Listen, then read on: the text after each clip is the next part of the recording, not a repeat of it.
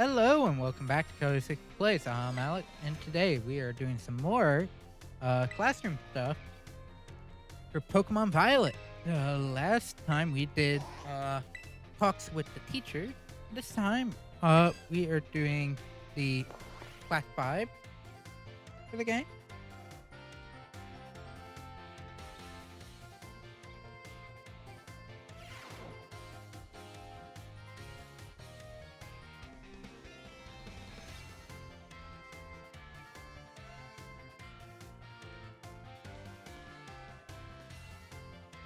And today we shall be starting with biology once more. But before we get going, do you all remember that the final question from our midterm exam? Yeah.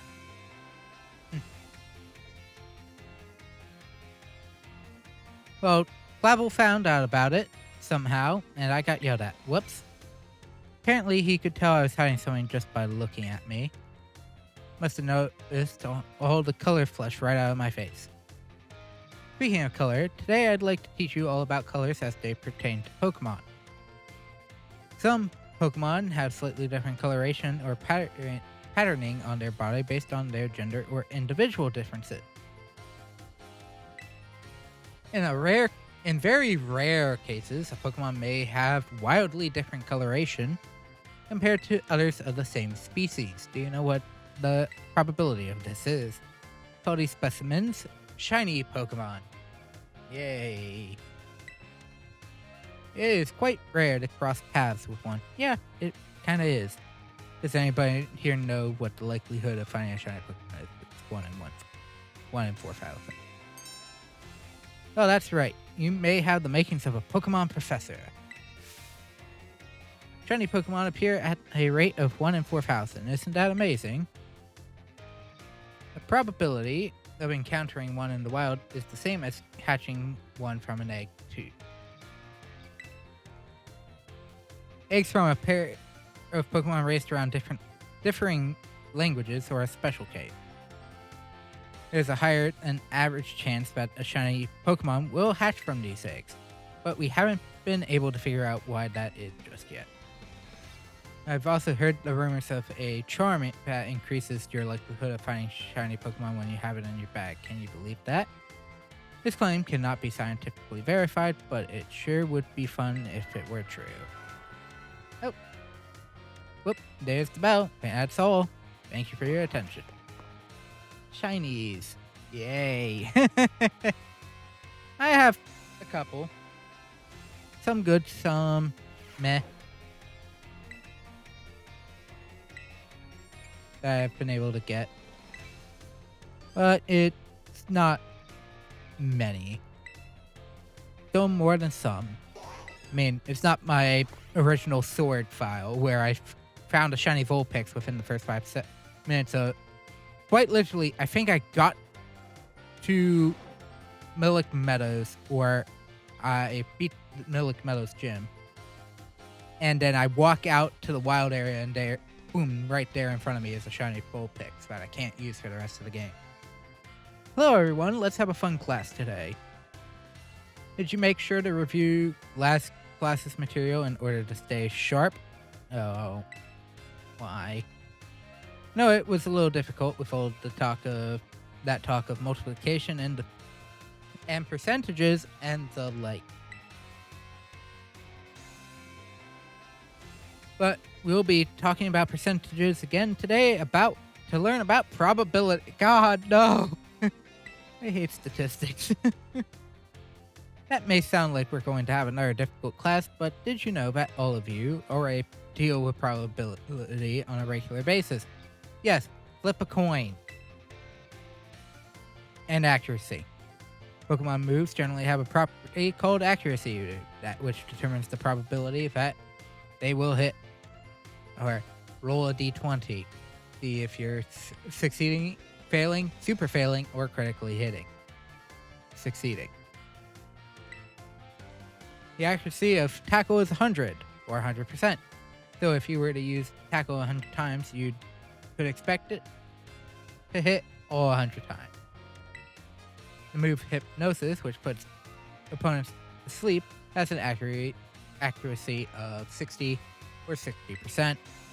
That means if you already hit it 60 times in 100 uses, put another way, out of 60 times, you could expect it to miss 40. Or 6 in every 10. Or 4 in every 10 uses. Many of the truly powerful moves often tend to have lower accuracy. So when you're deciding whether to go slow and steady with moves that are sure to hit, or hard and fast with stronger but less accurate moves, you're already studying probability. Let's see here. Perhaps Surf and Hydro Pump would be good examples for this discussion. Surf has a power of 90, its accuracy is 100. Meaning you can expect it to hit every time. Hydro Pump's accuracy is only 80, but it hits with a power of 110. So when between Surf and Hydro Pump, which move would you want to use yourselves? It would be dependent on the situation. Oh my, I see you're always considering various possibilities. Why? Hydro Pump would be better in a double battle to carry with another Pokemon covering, because Surf would hit your fellow Pokemon and double and multi-battles. Surf is better in a solo scenario, and it also depends on other factors. It may have made it sound like there was a correct answer here, but there's not. You're free to use any moves you wish. Factors like power points or a number of targets hit may make some moves more suited to certain situations. However, trading accuracy for power, or vice versa, is purely a matter of preference. It's Surf versus Hydro Pump debate has been ongoing for quite some time. Has it? I like both. Personally, I'm more invested in debating the Rock-type moves Rock Slide and Stone Edge. Let me tell you, I could get really worked up talking about those moves, but oh my, there's the bell. What a shame. Next time will be our last time together. So, show up 100% ready to go.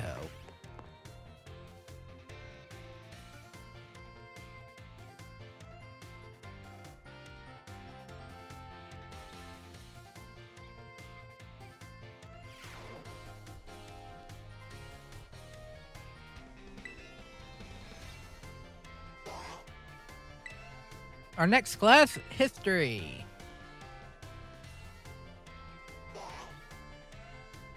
You'd like History with Miss Rifle? Yep, let's go.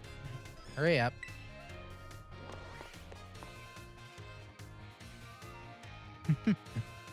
I'm recording this fairly late on the day prior this goes up because I got distracted watching older shows that I used to watch when I was younger. And for the most part, I think still holds up, but I won't get too heavy on that. But anyways, greetings, my little students. Whatever did you did yesterday, it is now a part of history. No matter how insignificant it may be. Today, we will continue to unravel the marvels that history has presented to us. I trust that you all remember our lesson before the midterm concerning the great crater of Paldea and its interior, Area Zero. This mysterious crater captured the imaginations of many, including the former Paldean Emperor. 200 years ago, a group of explorers claimed to have finally reached its depths. The name of the team that achieved this great feat was the Area Zero Expedition. The team is said to have been made up of Paldea's best and brightest. Skilled battlers, brilliant researchers, talented individuals of all kinds. Among the list of team members was the name of a man who was an author and brilliant natural historian, Heath.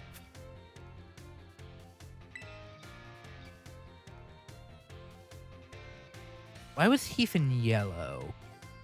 Or orange? After returning from the expedition to Area Zero, he used his literary talent to record the events of the expedition and publish them. Perfect timing to make eye contact. Let's see if you were paying attention. What was the name of the team that first made it to the deepest reaches of the...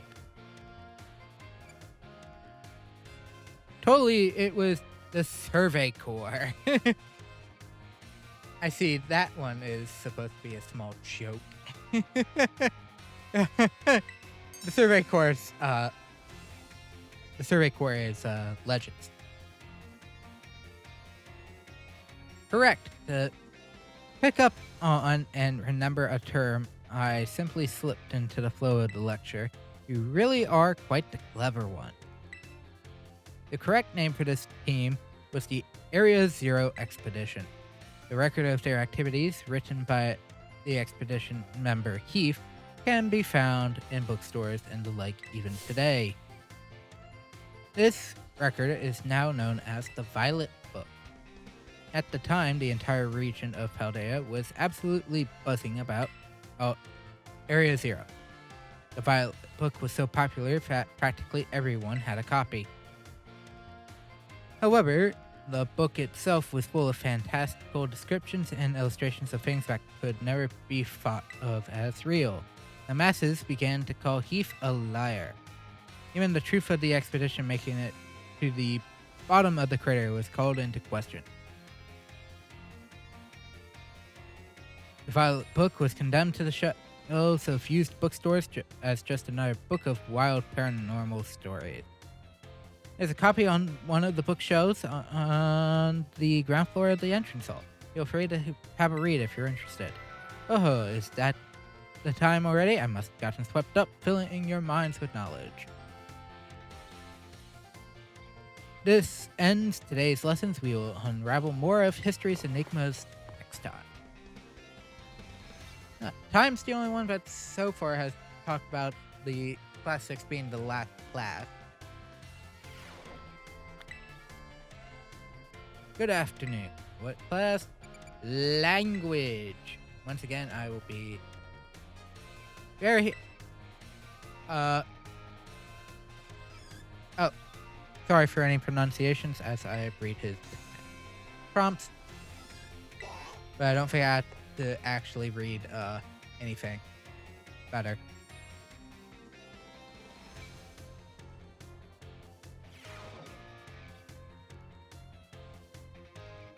My dear friends, how are you all today? I hope you are doing marvelously well. Time for another Salvatore's language lesson. Are you ready? Oui. I would expect no less from my excellent friend. Even your replies to my questions are excellent. Aujourd'hui? I'm sorry. Today, we will once again be focusing on listening. Bassi, go for it, my assistant, Pikachu. As you may remember from our last class, same Pokemon cries may sound different depending on what it wants to say. Today, we'll be learning more about the language used by Pokemon. If you would be so kind, Pikachu. Pika. That sounds a little bleak, doesn't it? Its voice seems to have a little lower pitch, too. I'm sorry, the game sound does not change that. You describing it, though, gives me the idea that it's bleak, so it's sad. Ding ding, that's right. Fantastic. And Pikachu says, Pika. It's expressing sadness. Kind of makes you want to cry, doesn't it? That's right. I had my little Pikachu cry that it was crying. Funny joke, right? No. Don't you think it did a great job? Give Pikachu a round of applause, everyone.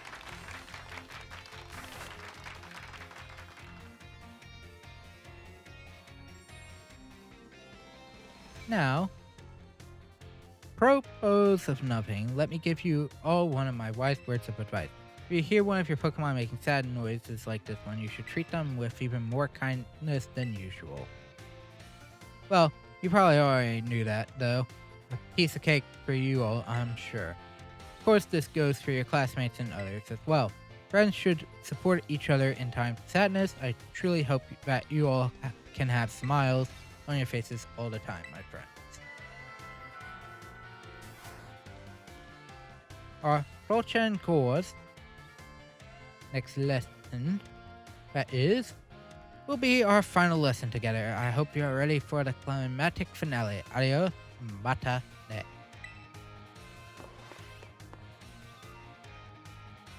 Actually, we're doing very well paced here. We only have 3 more lessons to go for today's part. Let's get this started.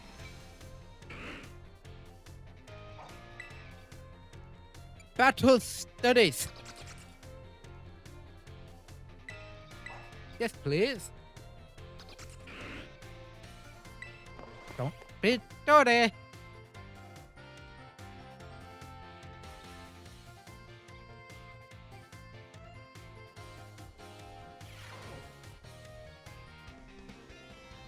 Another day, another round of battle study. Asua, let's get right to it. Hope you gave auto battles a shot like we talked about last class. Making good use of auto battles will let you train up a bunch of different Pokemon. It's also an efficient way to gather the Pokemon materials you need to make TMs at TM Machine. Speaking of which, have you all been using the TM machines? Hang out once or twice. Sure hope so, cause it's pop quiz time! To create TMs, you need Pokemon materials and one other thing. Everyone remember what that is. LP! Looks like you're already a TM Machine Pro, new kid. Nope. I have barely used it. Correct answer is Leak Points, or LP for short. You can give LP and Pokemon materials to a TM Machine to create TMs, but that's not all. You can also exchange Pokemon materials to get LP.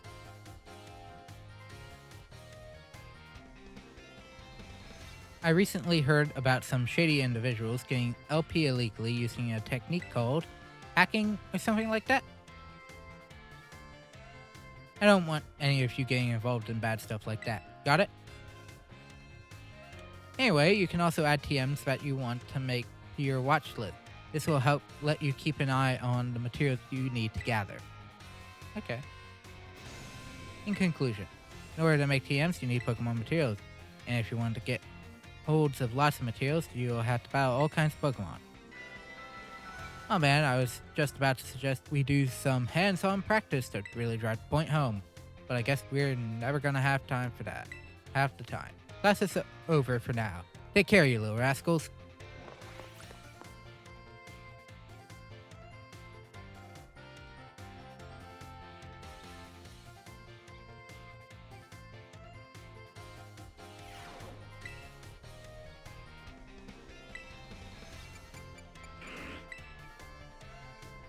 You'd like art with Mr. Hassel?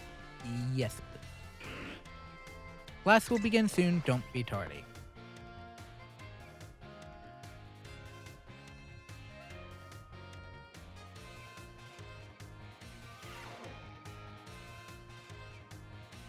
Hello class, it is I, Hassel yet again.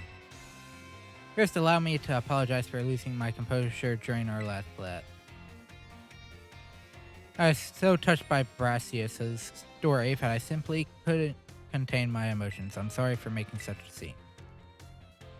Certainly got a very stern talking to from his time after that class, yeah. Anyway, let's shift gears and dive into the material for today's class. Now, have any of you heard of the 10 sites of Paldea? As the name would imply, they are 10 sites in Paldea that are considered particularly beautiful. Among them, I would say that the Grand Olive Orchard is likely the most accessible. You can see field after field of olive trees from the hill on the way to Cortonado. 2 waterfalls are also counted among these 10 sites, Fury Falls and Casaroya Fall.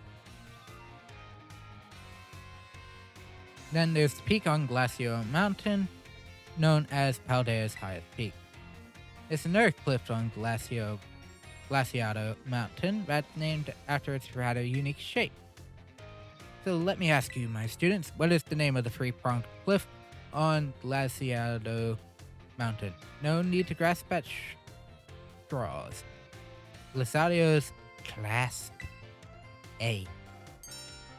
Exactly, it does look like a hand taking hold of something, doesn't it?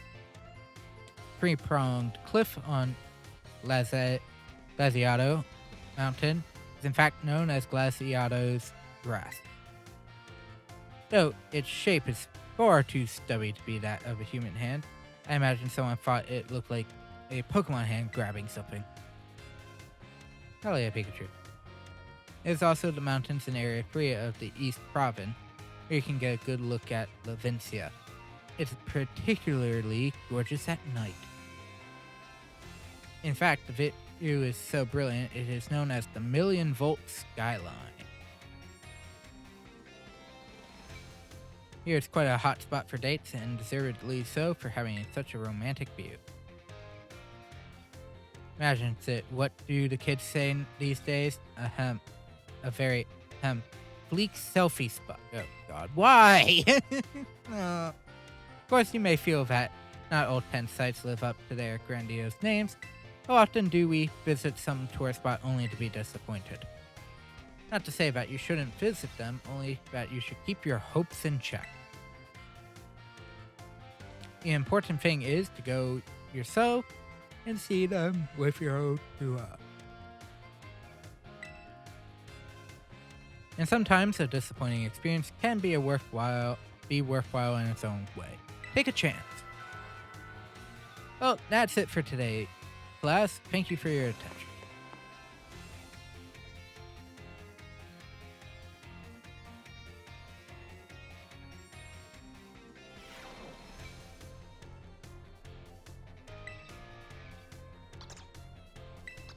And for our last thing today, Ek, 5th lesson. Class will begin soon. Don't be tardy.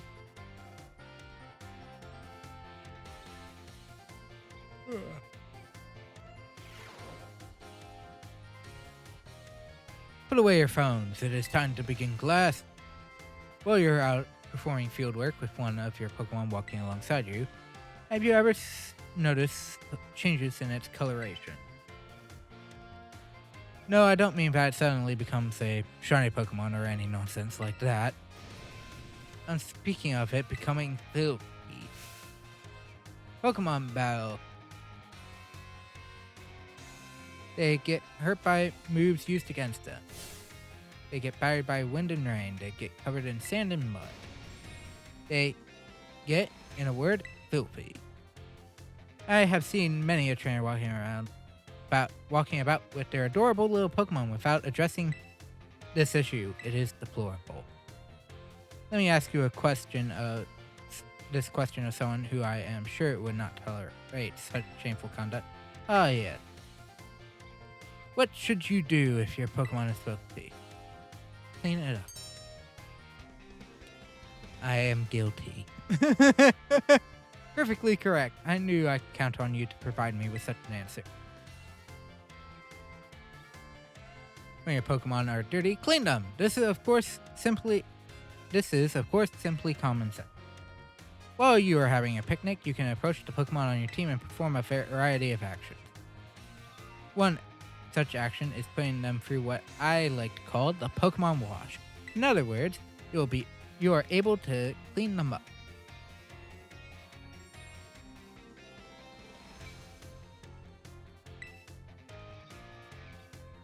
You start by getting your sponge lathered up with soapy bubbles as you gently and carefully scrub your Pokemon.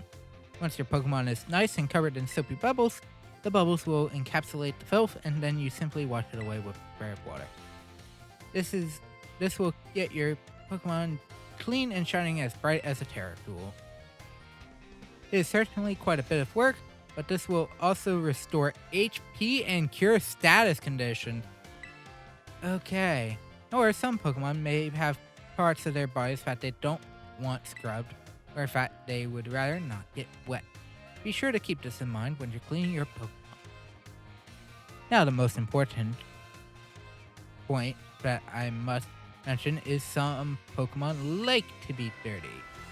Though I will contradict myself by saying this, please do remember that cleaning your Pokemon is not always the kind thing to do. Clodsire, our time together has come for an end today. I bid you all farewell. Well said! Well, that is also going to be the end of this part. The next time we meet will be, let's check the thing over here first. Where are you going? Nope. Next time we meet, will be the class 6s. The final class before, finals. So, yes, you've seen things I wish I did not show. Yes, I didn't love off screen. I've been way too busy or playing other games to do that. But anyways, yes, next time we meet, we will be doing the final major classes before final exams. Though there are still teacher questions to do at some point, probably between class 6 and the final, and then after the final.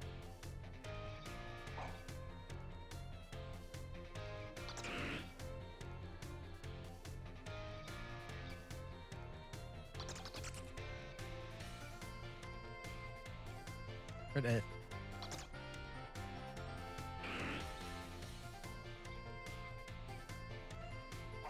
Oh. Hang on. Let me leave the academy first, because it's been a while since I did that. I just save and then come back in. That might be why I keep missing them. I just fell down. I did notice that. Ah.